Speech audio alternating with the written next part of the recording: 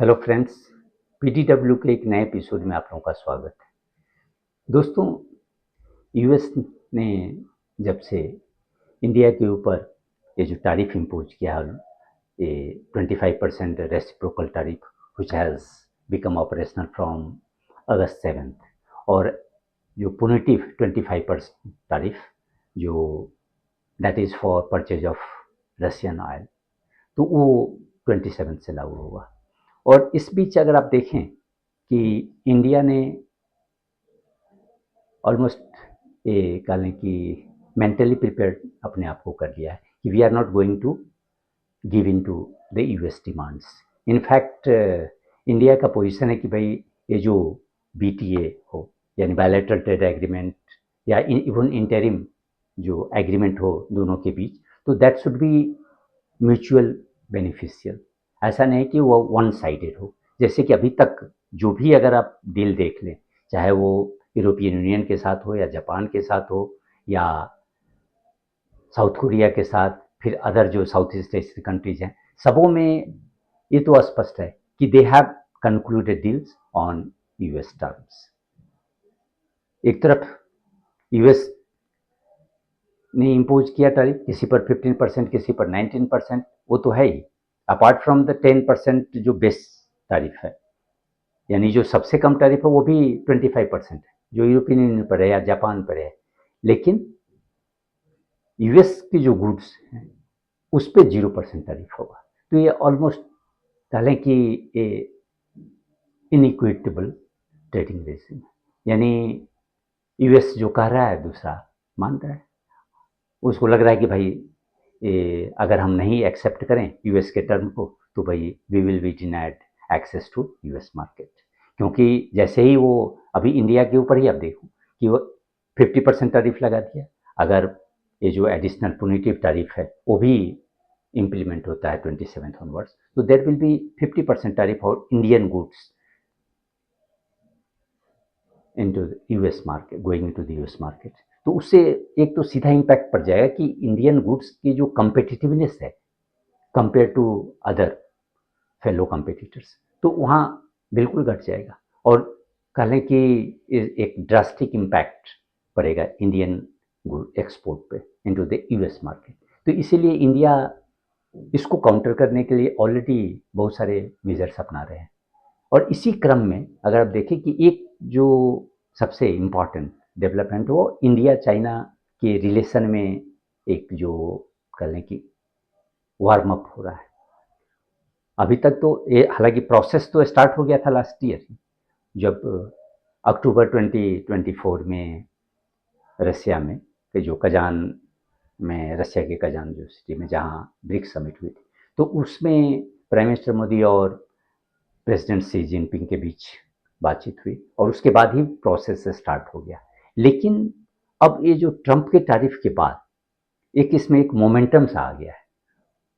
जैसे ही ट्रंप ने इंडिया के ऊपर 25% टैरिफ इम्पोज किया तो चाइना ने इंडिया के साथ एक सॉलिडरिटी एक्सप्रेस किया। और इवन इनफैक्ट अब अगर आपको याद हो कि चाइनीज एम्बेसडर जो इंडिया में है, उन्होंने कहा कि यदि आप if you give an inch to a bully he will take a mile, यानी आप उसको अपीज मत करो। ये उनका एक कहने की एडवाइस था इंडियन गवर्नमेंट के लिए। लेकिन अगर आप देखें तो इंडिया चाइना इसके बीच में जो रिलेशन हो रहा है, तो ऐसा नहीं है कि यहाँ डेंजर नहीं है। वहाँ अगर वो कंज्यूमर मार्केट और या उसका जो यूएस का जो अपना डोमेस्टिक मार्केट है उसको वो वेपनाइज कर रहा है, तो चाइना के साथ भी ये प्रॉब्लम है। अभी तो ठीक है कि हाँ चाइना के साथ हम अगर इकोनॉमिक रिलेशंस को इम्प्रूव करें और इसमें कोई खास अगर डेवलपमेंट होता है तो that is good from Indian point of view as well as the Chinese point of view. क्योंकि दोनों को इंडिया ने तो ऑलरेडी गलवान क्लैश के बाद इन चाइना के ऊपर काफ़ी रिस्ट्रिक्शंस इम्पोज किए हुए हैं। इवन चाइनीज जो इन्वेस्टमेंट होता है वो भी on a case to case basis पर अप्रूवल मिलता है, और मोर देन 300 चाइनीज ऐप्स को इंडियन गवर्नमेंट ने बैन कर दिया। तो इसके पहले ठीक है इंडिया अगर अपने रिलेशन को सुधार रही है तो वो तो ठीक है, लेकिन चाइना के साथ जो कुछ पिटफॉल्स हैं उस पर भी ध्यान रखना होगा। ऐसा नहीं कि आप इग्नोर मार दो। चाइना ने यूएस के साथ 2019 में जब यूएस ने चाइना के साथ एक ट्रेड वॉर बेसिकली पोज किया, टैरिफ वॉर, तो उस समय चाइना ने ये जो अपना कंज्यूमर मार्केट है बेसिकली उसको वेपनाइज किया। उसने यूएस जो गुड्स हैं उसके ऊपर टैरिफ इम्पोज करना शुरू कर दिया, क्या, just to prevent their access to Chinese market. और the same strategy has been followed by China to deny access to Australian wine और इवन लिथुआनियन बीफ। उसके पहले भी अगर जाएं तो फिलीपींस के साथ जब चाइना का जो डिस्प्यूट हुआ था साउथ चाइना सी के इशू को लेकर के, तो वहाँ भी उसने जो फिलीपींस के जो बनाना एक्सपोर्ट होता है मेन आइटम, जो चाइनीज मार्केट उसके लिए बहुत बड़ा मार्केट है, तो वहाँ चाइना ने उस पर रिस्ट्रिक्शन लगा दिया और उस पर tariff non tariff barrier impose किया। तो बिगनिंग में तो अगर देखें कि 19 में चाइना का जो, और इवन उसके पहले वो China was weaponizing just its consumer market और domestic market for import from different countries. लेकिन 20 के बाद चाइना ने एक अपनी स्ट्रेटजी चेंज कर ली। इनफैक्ट सी जिनपिंग अप्रैल 2020 में एक मीटिंग हुई थी चाइनीज कम्युनिस्ट पार्टी की, तो उसमें उन्होंने कहा कि भाई हमें एक असिमेट्रिक डिपेंडेंसी क्रिएट करना होगा। ये जो कोई भी फॉरेन कंट्री हमारे ऊपर जो सैंक्शन लगाते हैं या हमारे अगेंस्ट में जो इकोनॉमिक मेजर्स लेते हैं, तो उसको काउंटर करने के लिए हमें एक असिमेट्रिक डिपेंडेंसी क्रिएट करा हुआ, यानी बाहर की कंट्री हमारे ऊपर इतना डिपेंडेंट रहे ताकि हम उसको कभी भी वेपनाइज कर सकते हैं। और इसीलिए इस बार जैसे ही ट्रंप ने वहाँ राष्ट्रपति का पदभार संभाला, तो उसके बाद चाइनीज गवर्नमेंट ने अपने जो रेगुलेटरी सिस्टम उसमें चेंज लाया। उसने एक एक्सपोर्ट कंट्रोल रिजिम इम्पोज किया और करने की इम्प्लीमेंट किया। उसके तहत होता था कि भाई ऑलमोस्ट 700 आइटम्स आइडेंटिफाइड हुए जो चाइना में बनता है लेकिन बाहर की जो कंट्री है वो उसको यूज करते हैं, यानी they are basically dependent upon them.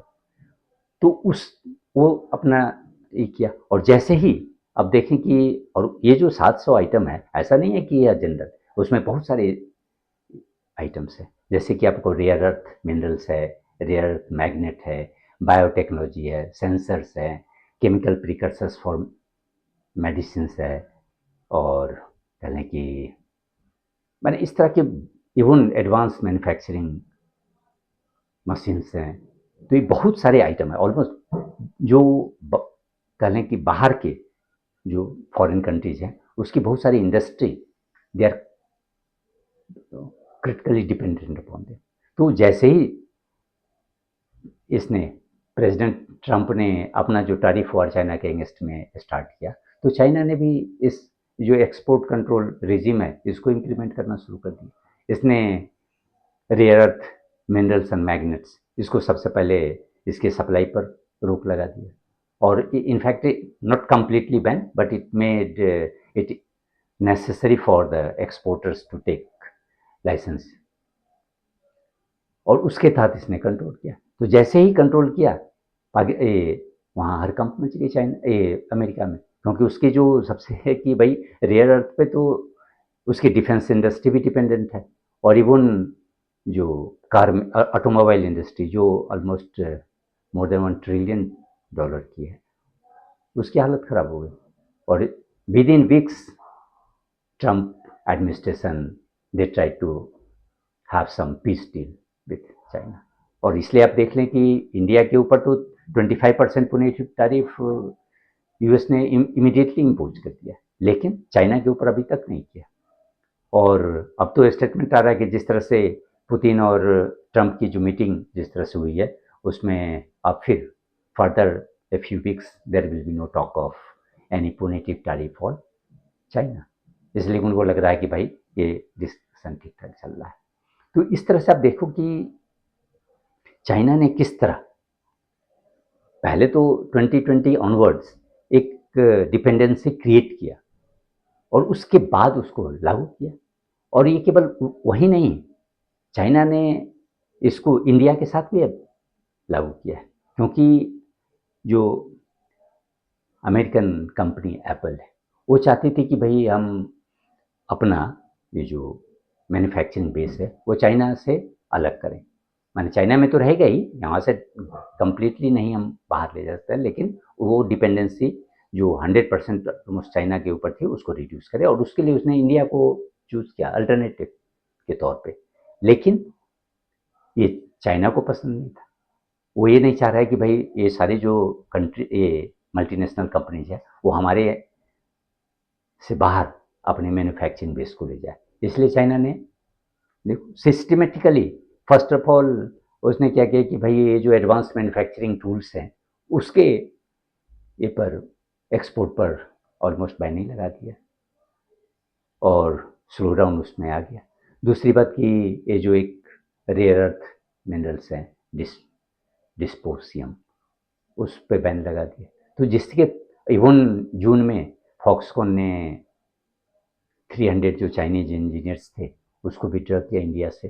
तो इस तरह से इमीडिएट तो इम्पैक्ट कर ही दिया, लेकिन कोई खास इससे भाई एप्पल के ऊपर तो कोई बहुत बड़ा इम्पैक्ट नहीं पड़ा, या उसके जो अपने इन्वेस्टमेंट प्लान्स हैं उसके ऊपर नहीं पड़ा, क्योंकि फॉक्सकॉन ने डिसाइड किया कि भाई हम ताइवान से जो एक्सपर्ट्स हैं उसको ले लेंगे, जो भी प्रोफेशनल की ज़रूरत होगी वो हम वहाँ से लेंगे, और फिर अदर जो मैन्युफैक्चरिंग मशीन्स हैं it they decided to source it from other western countries. तो वो तो करे, लेकिन इंडिया के लिए इसने एक प्रॉब्लम खड़ा कर दिया। उसी तरह आप देखें कि चाइना ने जो रेयर अर्थ मिनरल्स या रेयर अर्थ मैग्नेट्स उसके सप्लाई पर भी रिस्ट्रिक्शन लगा दिया। साथ ही फर्टिलाइजर्स जो यूरिया या इवन स्पेशलिटी फर्टिलाइजर्स हैं उन सबों के एक्सपोर्ट पर चाइना ने रिस्ट्रिक्शन लगा दिया। और अब जब ट्रंप के टैरिफ के कारण इंडिया चाइना में एक बेटर प्रोस्पेक्ट्स दिख रहा है, तो उसने सडनली यूरिया की एक्सपोर्ट पे बैन हटा दिया। यद्यपि अभी भी अदर जो फर्टिलाइजर्स हैं उसके ऊपर अभी भी है, लेकिन the two sides are in touch.